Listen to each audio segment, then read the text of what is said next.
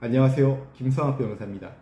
저는 대한변호사협회 공식인증, 제주 형사전문변호사이자 제주지방법원 재판부별 국선변호사, 제주지방법원 논스톱 국선변호사를 역임하면서 수많은 형사사건의 변론을 성공적으로 수행해왔으며 현재 다수의 형사사건을 수임하여 변론하고 있습니다.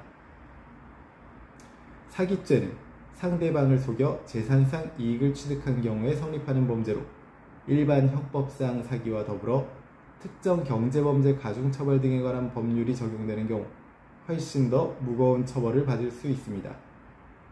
특히 피해 금액이 5억 원 이상인 경우에는 특경법이 적용되어 기본 사기죄보다 훨씬 가중된 형량이 선고될 수 있습니다.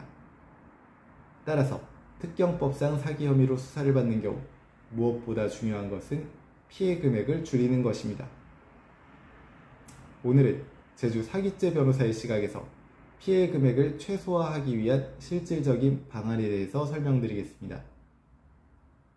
일반 사기죄는 10년 이하의 징역 또는 2천만 원 이하의 벌금형에 처해질 수 있습니다. 반면 특경법 제3조 제1항에 따른 사기죄는 피해 금액이 일정 기준을 초과하면 다음과 같이 형이 대폭 강화됩니다. 피해 금액이 5억 원 이상 55억 원 미만일 경우에는 3년 이상의 유기징역에 50억 원 이상의 경우에는 무기징역 또는 5년 이상의 징역에 처해지게 됩니다. 즉, 피해 금액이 얼마로 인정되느냐에 따라 실형 가능성이 달라지며 따라서 피해 금액의 범위를 축소시키는 것이 곧 선처의 핵심이 됩니다.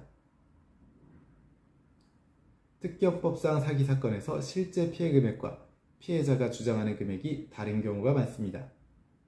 피해자는 대체로 전액 손해를 주장하지만 법적으로는 피해액 산정에 여러 변수가 존재합니다. 변호인은 다음과 같은 근거로 피해액을 줄일 수 있는지 검토합니다. 피해자가 일부 금액을 회수했거나 변제를 받은 경우, 투자금 중 일부가 실제 사업 운영비, 계약비 등으로 사용된 경우, 금전거래가 단순 투자 또는 동업관계에 가까운 경우, 피해자의 동의 또는 인지하에 진행된 거래가 포함된 경우 등이 있습니다. 이러한 부분을 명확히 입증하면 피해 금액 전체가 아닌 일부만 인정되어 형량을 현저히 줄일 수 있습니다.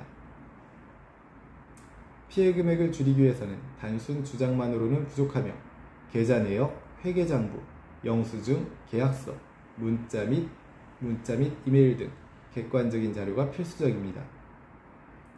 예를 들어 피해자가 10억 원을 모두 상환당했다고 주장하더라도 그중 일부가 실제 계약 이행비로 사용되었다는 증거를 제시하면 법원은 그 부분을 피해액 산정에서 제외할 수 있습니다.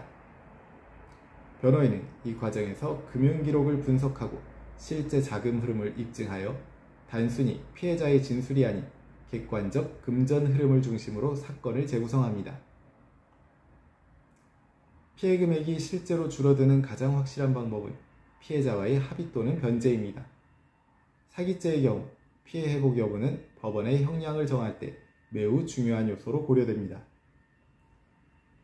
전액 변제 또는 합의 시에는 집행유예 가능성이 상당히 높아지며 일부 변제 시에는 감형의 가능성이 생기게 됩니다.